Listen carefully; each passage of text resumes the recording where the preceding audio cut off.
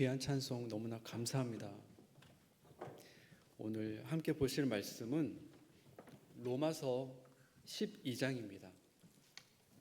로마서 12장 14절에서 21절 말씀입니다. 로마서 12장 14절에서 21절 교독하신 후에 마지막 절은 같이 합독하도록 하시겠습니다. 너희를 박해하는 자를 축복하라. 축복하고 저주하지 말라. 즐거워하는 자들과 함께 즐거워하고 우는 자들과 함께 울라. 서로 마음을 같이하며 높은 데 마음을 두지 말고 도리어 낮은 데 처하며 스스로 지혜 있는 채 하지 말라. 아무에게도 악을 악으로 갚지 말고 모든 사람 앞에서 선한 일을 도모하라. 할 수 있거든 너희로서는 모든 사람과 더불어 화목하라. 내 사랑하는 자들아, 너희가 친히 원수를 갚지 말고 하나님의 진노하심에 맡기라. 기록되었으되 원수 갚는 것이 내게 있으니 내가 갚으리라고 주께서 말씀하시니라. 내 원수가 줄이거든 먹이고 목마르거든 마시게 하라. 그리함으로 내가 숯불을 그 머리에 쌓아 놓으리라. 악에게 지지 말고 선으로 악을 이기라. 아멘. 세상 속에서의 빛과 소금이라는 제목으로 로마서 본문 말씀을 나누고자 합니다. 로마서는 사도 바울의 다른 서신서에서도 엿볼 수 있는 것처럼 이신칭의의 구원의 원리를 설명을 해준 다음에 이제 실제 삶 속에서도 구원받은 백성으로서 어떻게 살아야 하는지 실천 윤리도 함께 제시해주고 있습니다. 로마서 전반부에서는 구원의 원리에 대해서 설명을 하고 후반부 오늘 읽은 12장부터는 실천 윤리를 말씀하시는 것입니다. 이것은 예수님께서 팔복에 대해서 산상수훈을 말씀해 주신 후에 나무는 그 열매로서 알 수 있다고 말씀하셨던 원리와 같습니다. 야고보서에서 행위 없는 믿음은 죽은 믿음이라고 말씀하신 그 맥락과도 같습니다. 이렇게 로마서에 나오는 실천 윤리들을 살펴보면 교회 내에서, 사회 속에서, 그리고 국가를 대할 때 등의 다양한 상황 속에서의 실천 윤리들을 제시해 주고 있습니다. 또한 로마 교회에 보내는 서신서였기 때문에 로마 교회 내부에 있는 그 문제들에 대해서도 대응 방안을 또한 함께 제시해 주고 있습니다. 이런 말씀들 가운데서 오늘 함께 나누고자 하는 말씀은 사회 속에서 구원받은 자녀로서 어떻게 살아가야 하는지에 관련된 부분입니다. 참고로 오늘 읽은 12장 그 앞절 부분에는 교회 안에서의 실천 윤리를 말씀하고 있죠. 오늘 이제 나눌 그 사회 속의 실천 내용들을 좀 보면 모두 이웃과의 관계에 대한 말씀입니다. 어찌 보면 당연한 이야기이겠죠. 사회 속에서 이웃에 대해서 하나님의 사랑과 의의를 어떻게 보여줄 수 있느냐 하는 것입니다. 이렇게 이웃을 향한 그 사랑, 이와 관련된 성경 구절들은 참 많죠. 마가복음 10장을 보면 영생을 얻기 위해서 예수님을 찾아온 바리새인 청년에게 예수님께서는 먼저 하나님을 사랑하고 그리고 내 이웃을 내 몸처럼 사랑하라고 말씀하셨습니다. 하나님 사랑과 이웃 사랑이 항상 함께 가는 것이죠. 십계명 역시 하나님을 향한 그 사랑의 계명을 알려주신 후에 이웃 사랑을 위한 계명들을 말씀하십니다. 이것을 보면 마치 복음 그리고 성령의 생명수의 어떤 특징을 보는 것 같습니다. 누군가에게만 머물러 있는 것이 아니라 한 장소에 고여 있는 것이 아니라 끊임없이 생명력 있게 솟아나서 차고 넘쳐서 주변으로 흘러가는 것입니다. 에스겔 47장에서 보여주시는 이 생명수의 강의 모습과도 같은 것 같습니다. 처음에는 발목까지 차다가 이윽고 무릎까지 차고 어느덧 허리까지 찹니다. 이제는 사람이 헤엄칠 만한 강을 이루는 것이죠. 이렇게 하나님의 복음과 사랑은 먼저 선택받은 우리들에게 가득 차게 되고 이제 이웃과 이 어두운 세상으로 흘러나가게 된다는 것입니다. 이것을 위한 사회 속에서의 실천 윤리의 말씀들을 오늘 함께 보고자 합니다. 첫 번째로 오늘 본문 말씀을 들여다보기 전에 먼저 살펴보고자 하는 말씀이 있습니다. 로마서 후반부의 모든 실천 윤리들의 기초가 되는 구절입니다. 12장 1절과 2절 말씀인데요. 한번 같이 읽어보도록 하겠습니다. 그러므로 형제들아, 내가 하나님의 모든 자비하심으로 너희를 권하노니 너희 몸을 하나님이 기뻐하시는 거룩한 산 제물로 드리라. 이는 너희가 드릴 영적 예배니라.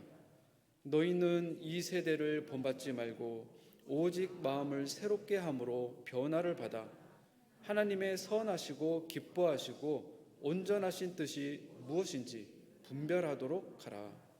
아멘. 이 1절 말씀을 보면 사도 바울은 먼저 하나님의 모든 자비하심으로 권면하고 있습니다. 이 모습은 사도 바울 자기 자신도 이 실천 윤리들 앞에서는 예외가 될 수 없다는 그 고백을 하는 겸손한 모습이 됩니다. 우리 가운데 예외가 될 수 있는 사람이 누가 있을까요? 우리가 하나님의 말씀을 전할 때에는 따라서 하나님의 모든 자비하심으로 권면하는 모습이 너무나 필요한 것 같습니다. 그리고 나서 우리 자신이 하나님 앞에서 산 제물이 되어야 된다고 말씀합니다. 이 제물이 된다는 것이 무슨 의미인지 잘 아실 것입니다. 구약 시대 때는 소나 양, 염소를 제물로 바쳤습니다. 하지만 신약에서는 나 자신을 제물로 드리는 것이죠. 우리 몸을 포함해서 우리의 마음, 정신, 나의 의지나 소망 등 모든 영역을 포함하는 것입니다. 예수님께서 이 모범을 보여주셨죠. 우리가 여전히 죄인 되었을 때 아무런 자격이 없는 우리들을 위해서 십자가에서 자신을 대속제물로 드리셨습니다. 그리고 이제 그리스도의 후사가 된 우리들에게 각자의 십자가를 요청하시는 것이죠. 로마서 6장 6절 말씀을 보면 우리가 알거니와 우리의 옛사람이 예수와 함께 십자가에 못 박힌 것은 죄의 몸이 죽어 다시는 우리가 죄에게 종노릇하지 아니하려 함이니. 옛사람의 나는 죽고 이제 예수 그리스도가 내 안에 사시는 것입니다. 이것은 앞으로 말씀할 모든 실천 윤리에 있어서 가장 밑바탕이 되는 마음가짐이 됩니다. 또 이 세대를 본받지 말라고 말씀합니다. 왜냐하면 세대가 악하기 때문이죠. 이 세대는 하나님과 다른 방법을 취하기 때문입니다. 세상은 하나님을 사랑하는 것보다 자신을 더욱 사랑합니다. 내가 죽고 예수님이 사셔야 하는데 이 하나님 뜻과 충돌된다는 것입니다. 부자 청년이 예수님으로부터 내가 가진 모든 것을 팔아 가난한 자들에게 주고 너는 나를 따르라 이렇게 귀한 초청을 받았음에도 불구하고 슬픈 표정을 지으며 돌아갔습니다. 세상의 것이 우리의 생각과 마음을 차지하면 차지할수록 하나님의 선하시고 기뻐하시고 온전한 뜻이 무엇인지 분별할 수도 없을 뿐만 아니라 더더욱 행동할 수도 없는 것입니다. 가면 갈수록 편리와 효율을 추구하는 이 세대가 어떻게 그 넓은 길을 포기할 수 있겠습니까? 인간의 이성의 논리로는 도저히 이해할 수 없는 그 좁은 길을 걸어갈 수 없는 것입니다. 그래서 내가 죽어야 합니다. 내가 죽지 못하면 하나님께서 기뻐하시는 삶을 살 수 없기 때문입니다. 영적인 삶의 예배가 이루어지지 않는 것이죠. 그래서 예수님께서 먼저 우리의 생각과 마음을 지배해 주시길 소망합니다. 오직 성령의 도우심만이 가능케 하기 때문입니다. 그래서 저와 모든 성도님들이 이렇게 날마다 예배의 자리, 말씀과 기도의 자리에 나아가는 것입니다. 그리고 2절 말씀에서도 변화를 받으라고 수동태로 말씀하십니다. 성령의 역사가 절대적으로 필요하다는 것이죠. 만약에 내 힘으로 변화시키는 것이면 그건 복음도 은혜도 될 수 없을 것입니다. 그래서 날마다 하나님께 나 자신을 드릴 수 있도록 매일매일 하나님 앞에 나아가는 이 귀한 발걸음이 끊이지 않는 우리 북문신앙 공동체가 되길 소망합니다. 이제 오늘 본문 말씀을 하나씩 살펴보도록 하겠습니다. 오늘 본문 속 사회 속 이 실천 윤리들을 보면 중간중간에 반복되는 구절을 발견할 수 있습니다. 반복된다는 것은 중요하다는 것이죠. 세상 속에서 이기는 중요한 키가 된다는 것입니다. 바로 선으로 악을 이기라는 구절입니다. 이 선은 하나님의 속성입니다. 하나님의 품성으로 세상을 이기라는 것입니다. 조금 전 살펴보았던 2절 말씀에서도 하나님의 속성이 나왔습니다. 하나님은 선하시다는 것입니다. 사도 바울은 우리가 이런 하나님의 선하신 속성으로 가득 차기를 원했습니다. 세상이 나를 채찍질하여도 심지어 돌로 쳐서 죽임을 당하기 직전까지 되더라도 하나님께서 주시는 그 선이, 하나님의 그 품성이 우리 가운데 가득 차 있으면 그 선으로 그 악을 이길 수 있다는 것이죠. 어두운 지하 감옥 속에 있을지라도 기도와 찬양으로 그곳을 가득 채우는 것입니다. 그때 누구도 찾아와 주지 않던 지하 속에 있던 죄수들이 그 찬양을 듣더라라고 말씀하십니다. 주의 자녀인 우리가 이 세상에서 악을 이길 힘은 오직 하나님의 선인 것입니다. 이런 우리의 모습을 통해서 세상은 하나님의 빛을 볼 수 있게 됩니다. 이런 하나님의 빛이 저와 성도님들의 모습 속에서 이웃으로 전해질 수 있기를 간절히 소망합니다. 그리고 오늘 실천윤리의 그 첫 번째 말씀이 14절에 나오는데요. 14절을 함께 읽어보도록 하겠습니다. 너희를 박해하는 자를 축복하라. 축복하고 저주하지 말라. 이 말씀이 첫 번째로 주시는 사회 속에서의 실천 윤리의 말씀입니다. 이것이 어두운 이 세상 속에서 빛의 자녀들이 선으로 악을 이기는 방법이 됩니다. 예수님께서도 십자가에서 달리실 때 자신을 못 받는 사람들을 저주하지 않았습니다. 오히려 저들의 죄를 용서해달라고 기도하셨습니다. 스데반 집사가 돌팔매질을 당할 때 저들에게 죄를 돌리지 말아달라고 기도했습니다. 어떻게 이런 일이 가능할까요? 인간의 힘으로는 결코 가능할 수가 없습니다. 그래서 오직 마음이 새롭게 변화되어야만 하는 것이죠. 성령님께서 함께 하시지 않으면 할 수가 없습니다. 따라서 이런 일은 오직 성령의 지배를 받는 자들만이 할 수 있는 특권이 되는 것입니다. 이렇게 해야 세상이 우리를 통해 하나님의 빛을 볼 수가 있습니다. 그들과 똑같이 악의 모습으로 나가면 어떻게 세상이 하나님의 빛을 볼 수 있겠습니까?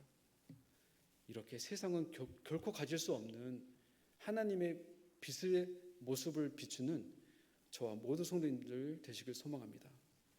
그리고 15절 말씀을 보면 즐거워하는 자들과 함께 즐거워하고 우는 자들과 함께 울라고 말씀하십니다.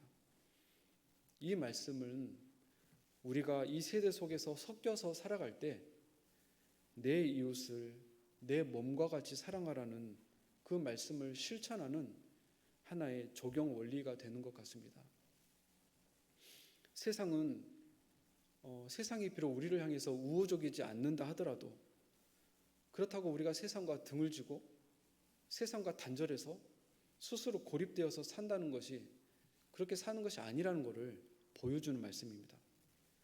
우리에겐 안주나 서나 먹고 마시나 생명을 살리는 그 복음의 사명이 있기 때문입니다. 땅끝까지 이르러 복음을 전해야 되기 때문입니다. 전하는 이가 없이 어찌 복음을 드리리요 하셨습니다.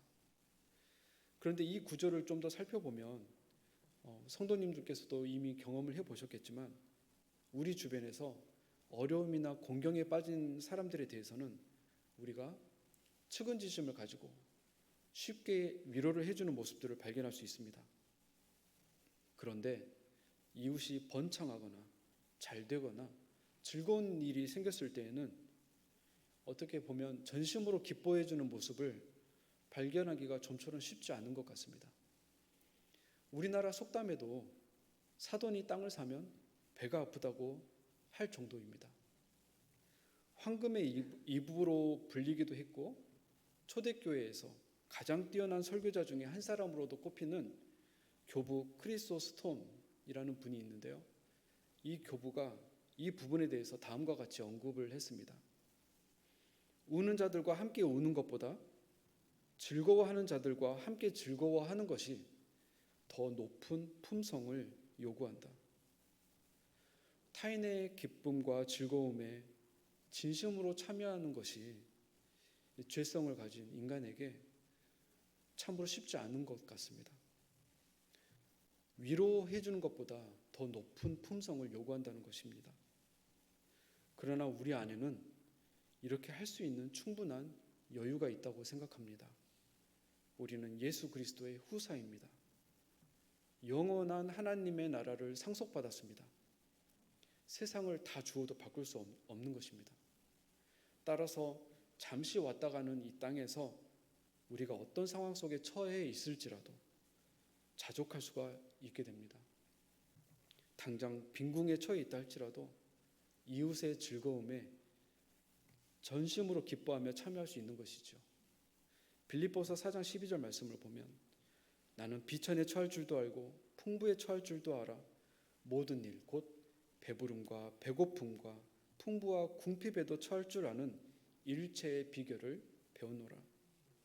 이 자족할 수 있는 여유로움으로 우리가 처한 여건이 어떠하든 우리 이웃의 즐거움에 진심으로 동참할 수 있는 저와 모든 성도님들 되시길 소망합니다. 또한 오늘 본문 말씀은 우리를 향해서 낮은 곳에 스스로 처하라는 요청을 하십니다.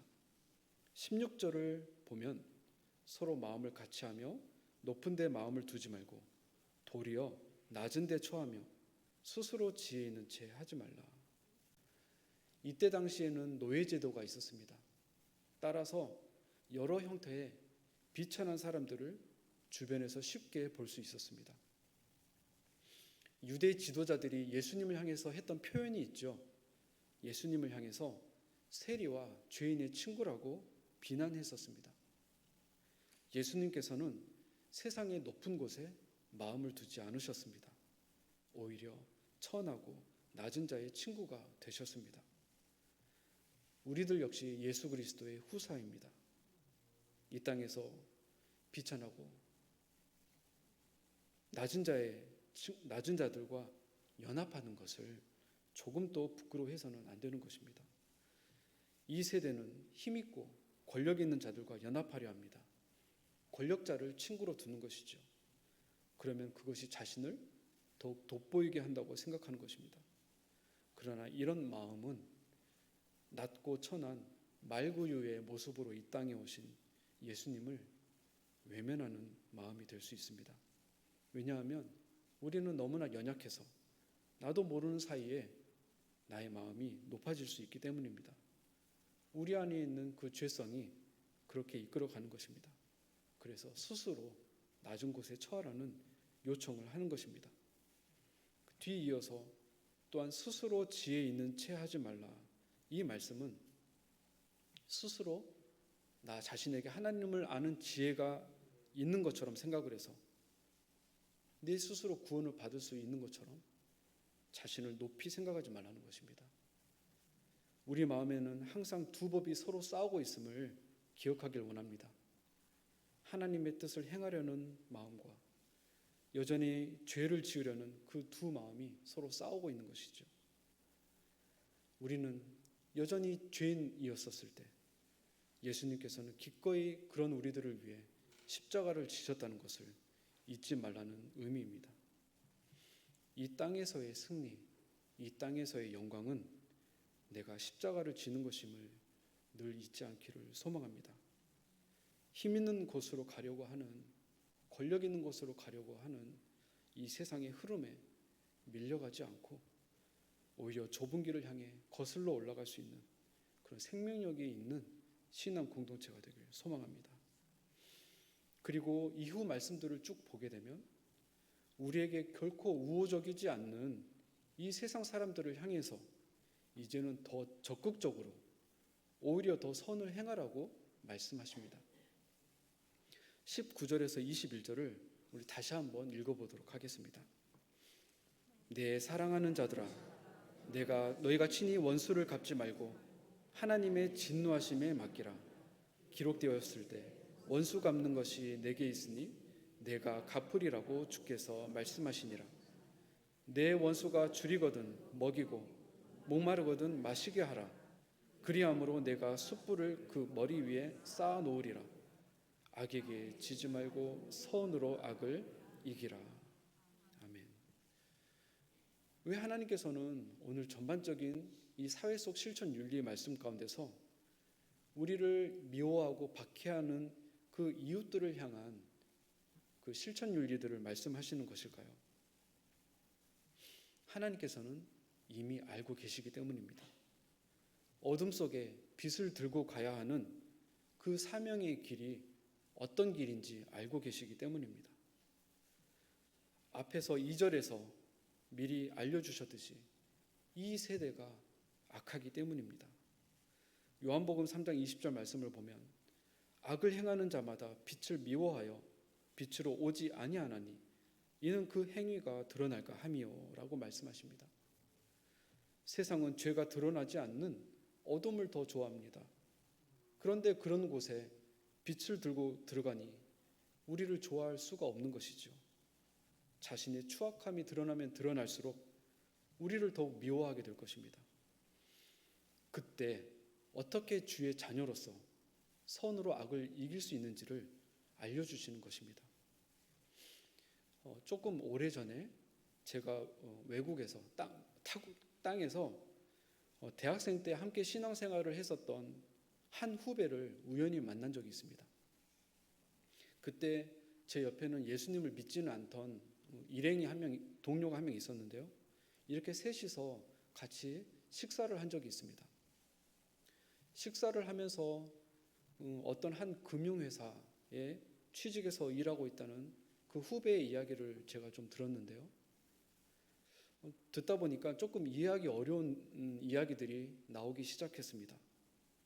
그 금융회사에서 사업을 기획하고 추진하는 그 업무를 담당하고 있었는데 그러다 보면 관공서 담당자들을 자주 만나게 됩니다. 그때마다 벌써 몇십 년 전이었으니까요. 돈이 들어있는 봉투를 이렇게 주고 오면 사업이 잘 이루어진다는 것입니다. 그런 방식이 너무나 당연한 듯이 이야기하는 모습을 보면서 제가 대학생 때 제가 보았던 그렇게 해맑게 웃던 그런 모습과 무언가 달라진 듯한 그런 모습을 본 것 같았습니다. 그때 제가 아무리 그래도 우리가 예수님을 믿는 크리스찬인데 세상과 똑같이 하면 안 되지 않을까? 이런 의견을 이야기한 적이 있습니다. 그랬더니 놀랍게도 오히려 그렇지 않을 것 같은 사람이 더 좋아하더라 하면서 벌떡 일어나 나가버리는 것입니다.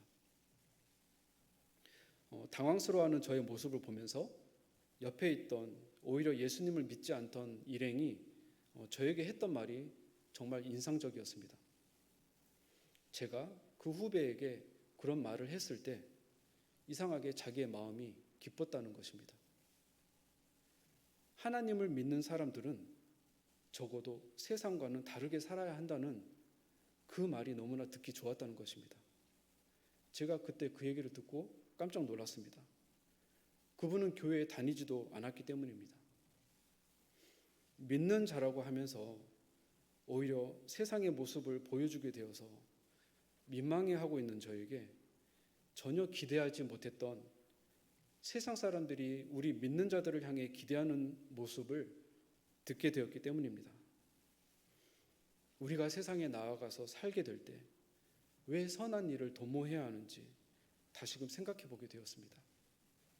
세상 속에 나아가서 악에게 지고 물들어 버린 모습을 보였을 때 오히려 믿는 자들에게 무언가 선한 것을 기대했던 영혼들에게는 깊은 실망감을 주게 되는 것을 보았습니다. 하나님의 빛이 우리 가운데서 나타나지 않으면 세상은 어디에서 빛을 볼 수 있겠는지요? 우리들이 빛과 소금의 맛을 보여야 하는 이유를 보게 되었습니다. 이 세상 어딘가에는 어둠 속에서 여전히 빛을 갈급하는, 소망을 찾기를 원하는 영혼들이 있을 수 있기 때문입니다. 그래서 17절 후반부를 보면 더욱 적극적으로 선한 일을 도모하라고 요청하시는데요, 이것이 그들의 머리에 숯불을 놓는 것이 된다고 말씀하셨습니다. 이 숯불에 대한 여러 가지 해석들이 있는데요, 악인이 자신의 그 악한 행동을 부끄러워하게 되고 이어서 회개로 나아가는 것으로 해석되기도 합니다. 또는 숯불을 담은 냄비를 자신의 머리에 이고 지고 다니는 그 모습이 자신의 잘못을 부끄러워하고 회개하는 모습으로 해석되던 당시 애굽의 풍습이 있었는데요, 그 풍습을 빗대어 말한 것으로도 해석하기도 합니다. 근데 어떤 해석이라 하더라도 우리가 원수에게, 나를 미워하고 박해하는 사람에게 더욱 적극적으로 선을 행하는 그 모습을 통해서 혹 그들 가운데 한 사람이라도 회개할 마음을 얻어서 하나님께로 돌아오게 하시고자 하는 하나님의 뜻이 있는 것입니다. 이것이 우리가 이 땅을 살아가는 목적이 됩니다. 우리는 모두 예수님의 그 십자가의 은혜에 빚진 자들입니다. 우리를 박해하는 자들을 향해서 오히려 더욱 적극적으로 선을 행함으로써 우리를 위해 십자가를 지신 예수님께 빚진 그 사명을 감당하시는 저와 모두 성도님 되시길 소망합니다. 예수님께서 십자가를 지심으로 그렇게 하나님 뜻에 순종하심으로써 하나님을 영화롭게 하셨다고 말씀하십니다. 우리 역시 내가 죽고 예수님이 사셔서 그 하나님의 선하시고 기뻐하신 뜻이 우리의 삶을 통해서 이루어질 수 있기를 소망합니다. 마지막으로 오늘 본문을 다시 한번 되돌아보면서 우리가 이 세상을 사는 목적이 무엇인지 다시 한번 생각해 보기를 원합니다. 우리는 무엇을 위해 달려가고 있는지요? 오늘 본문은 여러 번 이 세상에서 악에게 지지 말고 더욱 적극적으로 선을 도모하라고 계속해서 말씀을 하십니다. 세상은 때론 박해를 하면서, 때론 유혹을 하면서 우리의 그 소금의 맛을, 빛을 점점 잃어가게 만들려고 할 것입니다. 우리의 눈과 마음이 점점 어두워지는 것이죠. 그렇게 되면 우리가 이 땅에서 가지고 있는 그 사명, 사는 목적을 잃어버리게 될 것입니다. 하나님께서 원하시는 뜻이 무엇인지 어느새 분별하지 못하는 것이죠. 자신의 삶이 무엇을 향해 나아가는지도 알지 못한 채 나아가고 있게 됩니다. 그래서 늘 예배의 자리, 말씀과 기도의 자리를 지키는 것이 중요한 것 같습니다. 왜냐하면 그곳에 하나님의 임재가 있기 때문입니다. 말씀, 성례, 기도, 이 은혜의 방편들을 최대한 활용할 수 있기를 소망합니다. 이 은혜의 방편들을 통해서 성령 하나님께서 우리의 심령을 늘 새롭게 해주시고 주님 뜻 가운데로 살아갈 수 있도록 인도해 주실 것을 믿습니다.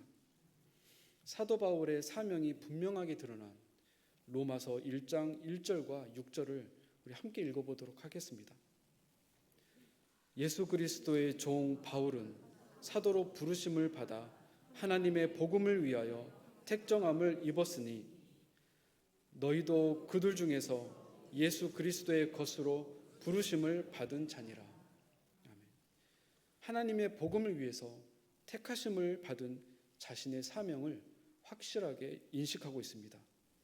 그리고 우리들 역시 예수 그리스도의 것으로 부르심을 받았다고 알려주고 있습니다. 이 어두운 세대 속에서 우리가 먼저 하나님의 택하심을 받았다면 그것은 우리에게 복음을 위한 사명이 있다는 것을 의미합니다. 우리를 통해 하나님의 선한 빛과 소금의 모습이 이 세대 가운데서 흘러가서 혹 예비된 영혼이 회개의 기회를 얻게 되면 하나님의 뜻이 이루어지게 되는 것입니다. 그래서 이 세상 속에서 섞여 살아가는 동안에 혹 우리에게 위협과 박해가 오게 되면 도리어 그것을 기회로 삼아서 더욱 선을 행함으로 하나님의 빛을 드러낼 수 있기를 소망합니다. 이를 위해 늘 말씀과 기도로 깨어있기를 소망합니다. 하나님께서 반드시 힘과 능력을 주실 것을 믿습니다. 말씀을 정리하겠습니다. 하나님께서는 분명하게 이 세상의 악을 이기는 방법을 말씀해 주셨습니다. 선이라는 그 방법을 통해서 이 세상에서 승리할 수 있다는 것이죠. 예수 그리스도께서 이미 이 선으로 이 세상의 박해에 대해서 승리하셨습니다. 스데반, 사도 바울 등 많은 믿음의 선조들도 이 하나님의 선을 행함으로 승리하는 맛을 보았습니다. 이를 위해 먼저 분명한 그 복음의 진리 위에 흔들리지 않는 믿음을 갖기를 원합니다. 성령 안에서 먼저 새 사람이 되기를 원합니다. 이를 통해 우리 안에 내주하시는 성령 하나님께서 우리의 생각과 마음을 지배하시기를 소망합니다. 이렇게 성령으로 변하지 않고서는 결코 하나님이 기뻐하시는 삶을 살 수 없기 때문입니다. 우리를 위해서 말할 수 없는 탄식으로 중보해 주시는 그 성령님께 날마다 엎드리고 간구함으로 하나님의 선한 뜻을 깨닫고 그 길을 걸어갈 수 있기를 간절히 소망합니다. 우리 모두 이 세대를 본받지 않고 오히려 더욱 선을 행함으로써 승리하는 세상의 빛과 소금 되시는 저와 모든 성도님들 되시길 소망합니다. 기도하시겠습니다.